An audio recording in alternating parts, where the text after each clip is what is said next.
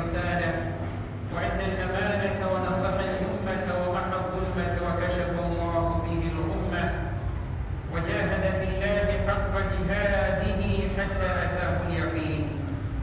أما بعد فإن أحسن الكلام كلام الله وخير الهدى وهدى محمد عليه الصلاة والسلام وشر الأمور محدثاتها وكل محدثة بدعة وكل بدعة ضلالة وكل ضلالة في النار. اللهم إنا نعوذ بك من عذاب النار. أخوة الإيمان، أحباب رسول الله، أوصيكم ونفسي بتقوى الله عز وجل. Ndugu watukufu Waislamu, wapenzi na wafuasi wa Bwana Mtume Muhammad sallallahu alayhi wasallam, na kuhusieni pamoja na kuihusia nafsi yangu kumcha Allah tabaraka wa taala.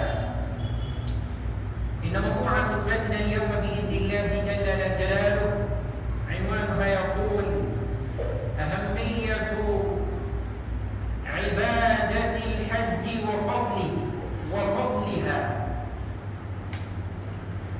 Unwani ya khutba yetu ya leo, kichwa cha habari kinasema umuhimu wa ibada ya hija na fadhila za ibada hiyo. Ndugu Waislamu,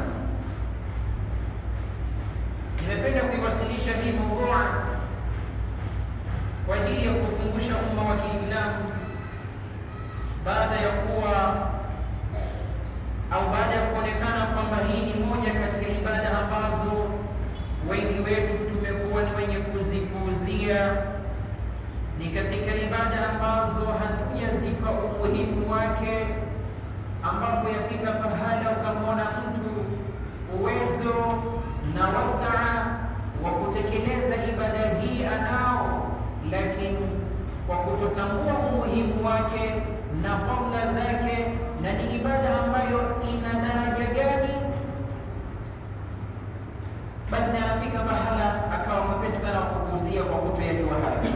Kwa hivyo nikaona ni vyema leo, na ukizingatia tumo katika miezi ya hija, yani miezi ambayo tayari Waislamu wanajiandaa kuelekea katika mji mtakatifu wa Makka kwa ajili ya kutekeleza ibada hiyo.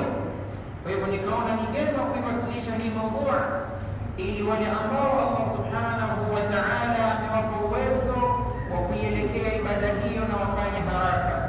Ndugu zangu Waislamu, ibada ya hija kama nilivyotangulia kusema ni moja katika ibada ambazo tumezipa kisogo, tumeziweka nyuma sana. Wasaa mtu anakuwa nao, lakini anaona bora akamilishe mambo mbalimbali ambayo pengine upo uwezekano wa kuja kuyakamilisha baada ya kutekeleza ibada hii, lakini akaona ni vyema ateketeze mali yake kwa ajili ya mambo tu ya maslahi ya kidunia, na mwisho wa siku namkuta huyu mtu kashindwa kuja kuitekeleza ibada hii tukufu. Kwa hivyo ndugu yangu Muislamu, ewe ambaye ulijaaliwa fursa na wasaa kutekeleza ibada hii, wallahi fanya hima kwenda kuitekeleza, kwenda kuitika wito wa Allah subhanahu wa ta'ala. Kwa hivyo katika hotuba yetu ya leo tutazungumzia hikma ya kufaradhishiwa ibada hii ya hija, lakini pia tutakuja ijua maana ya hija hasa ni nini, lakini vile vile insha Allah taala wakati gani imefaradhishwa ibada hii ya hija, lakini kadhalika insha Allah taala tutakuja taja ni kwa nani ambaye anayewajibika kutekeleza ibada hii ya hija. Vile vile wasaa ama wakati ukituruhusu, tutakuja taja ni wakati gani ambao mtu anatakiwa kuitekeleza ibada hii. Moja kwa moja tuingie katika kuelezea hikma ili tuweze kuzinduka, tujue faida na ukubwa wa hii ibada. Alhikmatu min mashru'iyyati alhajji, hikma itokanayo na kuwekewa sheria ibada hii ya hija, yani hikma ambayo imewekwa katika ibada hii ya hija.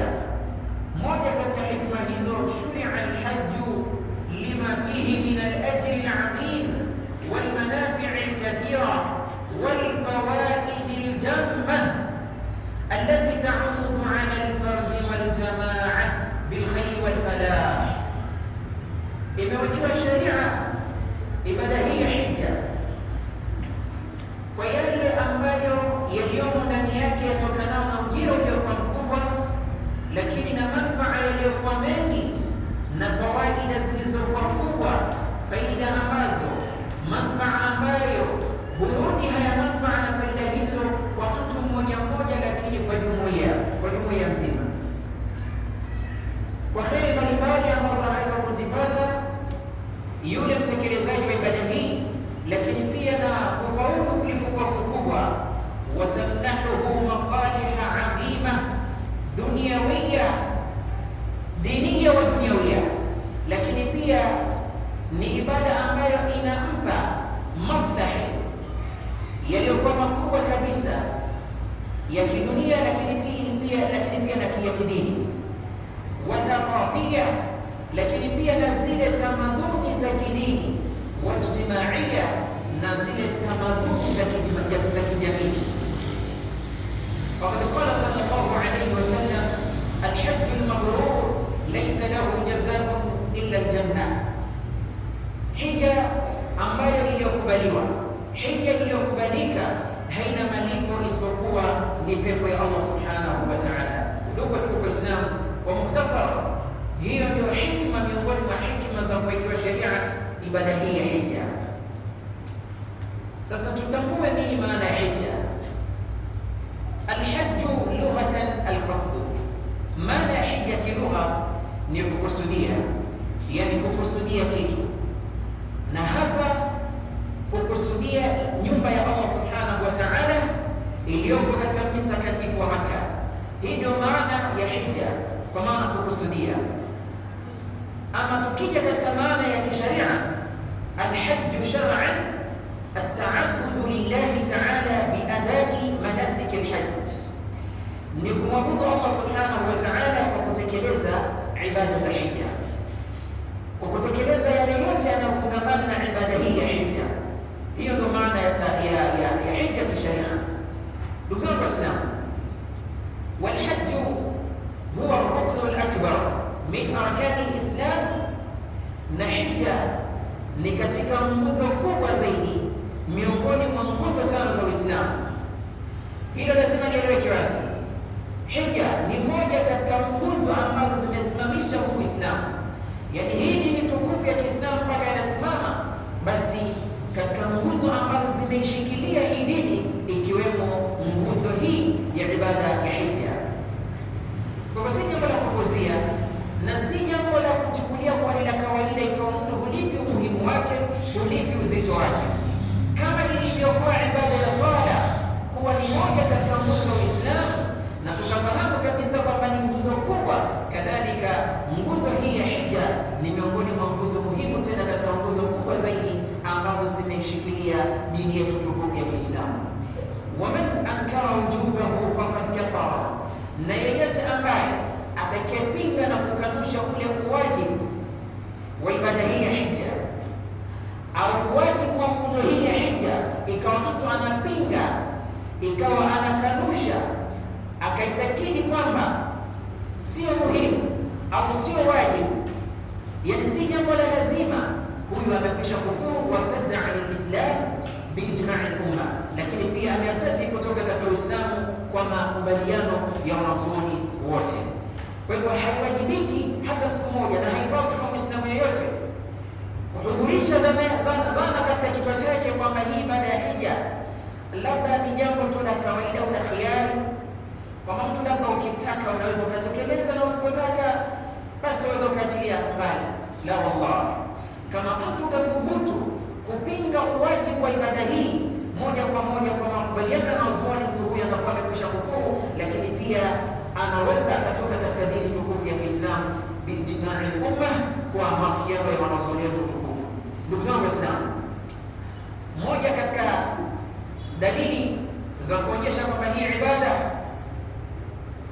ni wajibu, ibada hii ya hija, Allah subhanahu wa ta'ala sema, walillahi 'ala an-nasi hijjul bayti man istata'a ilayhi sabila, na ni juu ya watu, yani ni wajibu kwa Allah subhanahu wa ta'ala kuwafanyia hija watu wote, yani ni wajibu kwa Allah subhanahu wa ta'ala kuwafanyia hija watu wote. Walillahi 'ala an-nasi hijjul bayti man istata'a ilayhi sabila, na ni juu ya watu, yani ni wajibu kwa Allah subhanahu wa ta'ala kuwafanyia hija watu wote, yani ni wajibu kwa Allah subhanahu wa ta'ala kuwafanyia hija watu wote. na ni kwa ajili ya Allah subhanahu wa ta'ala juu ya watu kwenda kuhiji nyumba tukufu ya Allah subhanahu wa ta'ala kwa yule mwenye uwezo kuelekea njia hiyo. Ni kwa ajili ya Allah subhanahu wa ta'ala juu ya watu kutekeleza ibada hii ya hija kwa yule ambaye aliyejaliwa uwezo na Allah subhanahu wa ta'ala. Ndugu zangu Waislamu, insha Allah ta'ala tutakuja kujua katika hotuba yetu hii ni nani ambaye mwenye uwezo wa hapa ni upi ambao wakusudiwa. Moja kwa moja baada ya kujua taarifu ya haji kwamba hija ni kitu gani, tunaingia sasa katika kuelezea wakati gani imefahamishwa ibada hii ya hija. Mata furidha alhajj, muda gani imefahamishwa ibada hii ya hija. Almukhtar lada jumhuri ulama anna alhajj furidha ala almuslimina sanata 60 ba'da alhijra, kauli ambayo yateuliwa na wanazuoni iliyokuwa mbele ya wanazuoni jumhuri ulama, jopo la wanazuoni, anna alhajj furidha ala almuslimin, ibada hii ya hija imefaradhishwa kwa Waislamu mwaka wa 6 baada ya hijra, idh nazala fiha qawluhu ta'ala, pale ambapo ilipoteremka kauli ya Allah subhanahu wa ta'ala. Allah subhanahu wa ta'ala aliposema wa atimmu alhajja wal umrata lillah, natimizeni ibada ya hija na umra kwa ajili ya Allah subhanahu wa ta'ala. Warajjaha Ibn al-Qayyim anna fardha alhajj kana sanata 9 أو 10 للهجرة. الإمام ابن القيم يأتي ينظر kwamba ibada hii ya hija imefaradhishwa mwaka wa 9 au 10 hijiria, walakin arrajih qawl aljumhur, lakini kauli ambayo yatiliwa nguvu ni kauli ya jumhur ulama, ambayo ni kauli ya kwanza kwamba hija imefaradhishwa mwaka wa 6 baada ya hijra. Ndugu zangu watukufu Waislamu, ala man yajibu alhajj, ni kwa nani yawajibika juu yake ibada hii ya hija, kama tulivyoona katika kauli ya Allah subhanahu wa ta'ala aliposema walillahi ala an-nasi hajjul baiti man istata'a ilayhi sabila, ni kwa ajili ya Allah juu ya watu kwenda kutekeleza ibada ya hija kwa yule mwenye uwezo. Sasa mwenye uwezo, wanazuoni wametuorodheshea vipengele au vigezo ambavyo viashiria kabisa kwamba huyu akifikia hatua hii tayari ana uwezo.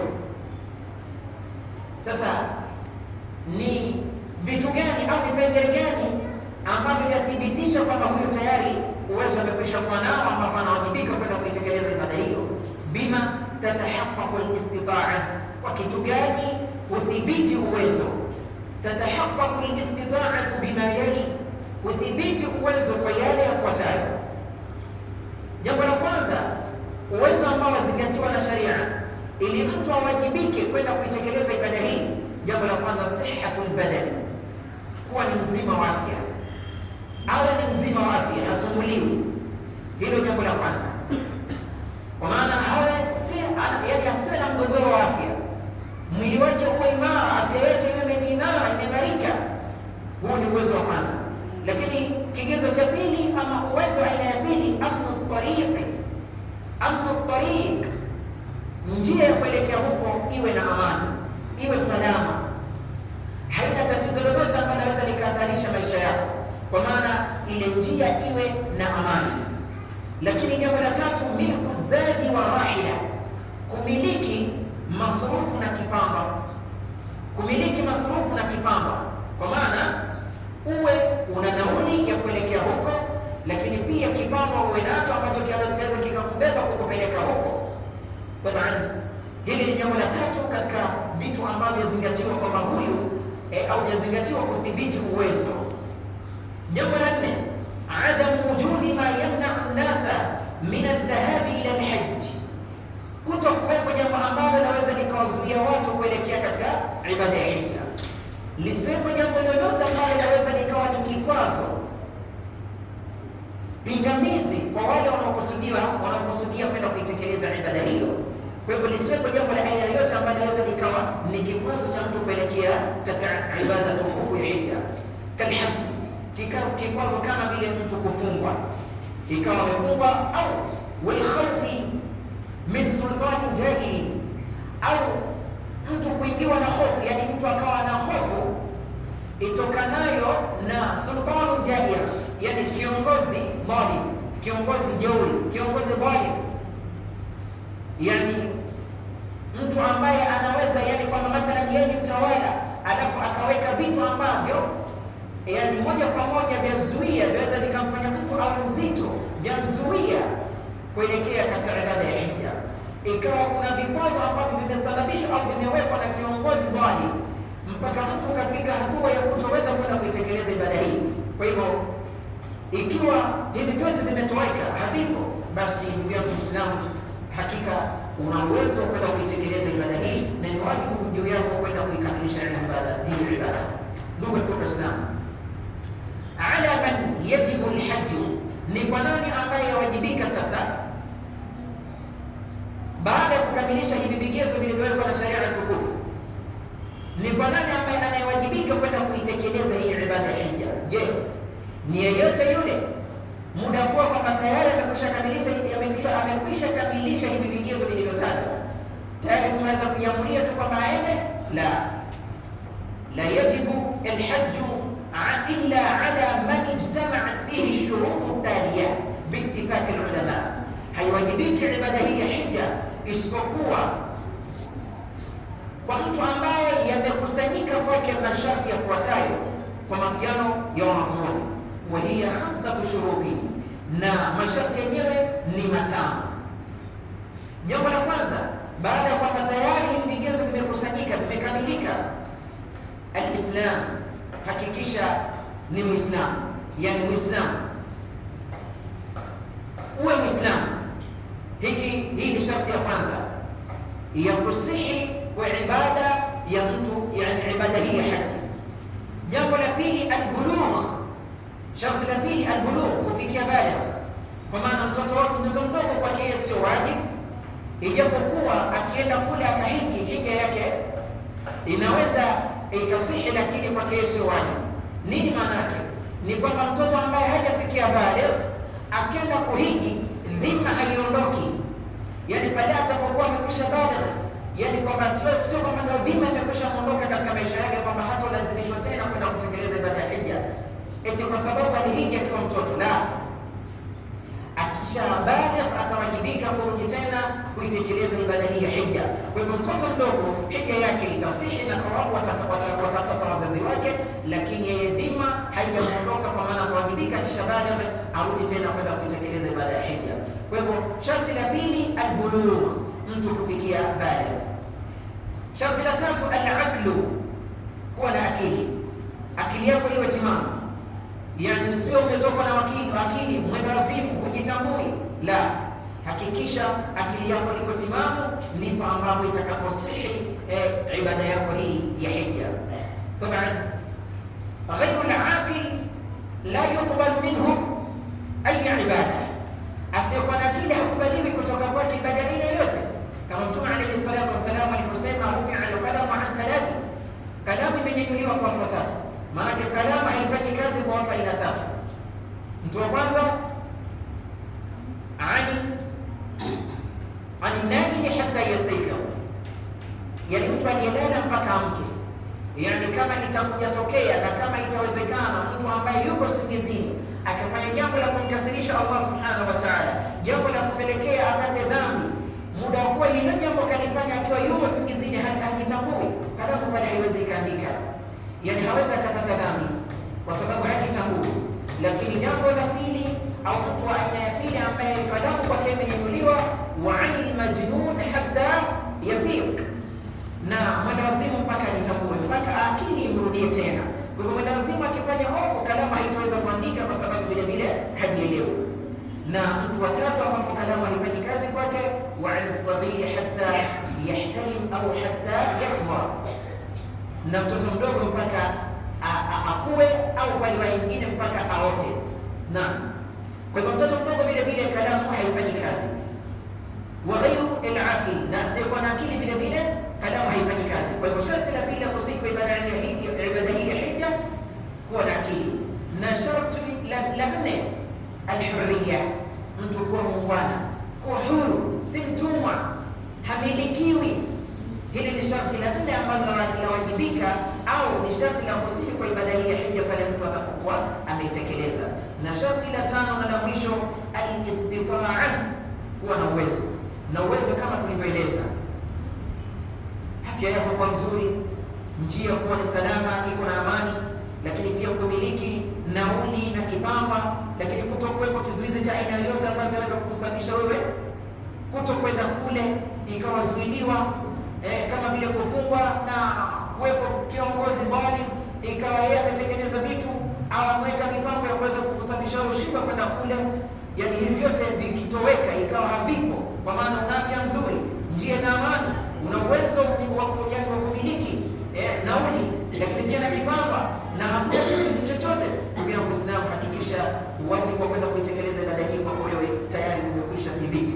Ndugu zangu Waislamu, haya ni mambo ambayo kila Muislamu atakiwa yazingatie. Kwa hivyo tumemaliza kueleza masharti ambayo yanayopelekea kusihi kwa ibada hii ya hija. Moja kwa moja tuingie sasa katika kuelezea fadhila za hija. Waislamu, hii ibada ni katika ibada ambazo Allah subhanahu wa ta'ala na Mtume alayhi salatu wassalam wamejalia yani fadhila nyingi sana. Kuna kheri kubwa sana ndani yake. Wengi wetu hatuzitambui, na ndio maana tunakuwa wazembe. Uwezo tunakuwa nao, sababu zote, yani vizuizi vyote tunakuwa tuko mbali nao. Uwezo tunakuwa tuko nao, na masharti lillahi alhamd tunakuwa tayari tumekwisha yatimiza, lakini bado tunakuwa wazito. Waislamu, wallahi dini makubwa unaweza ukajibebea kwa kutotekeleza ibada hii ya hija, ilhali uwezo unao na kila kitu kwako kiko salama. Lakini pia kuna kheri kubwa vile vile ambazo unaweza kuzikosa.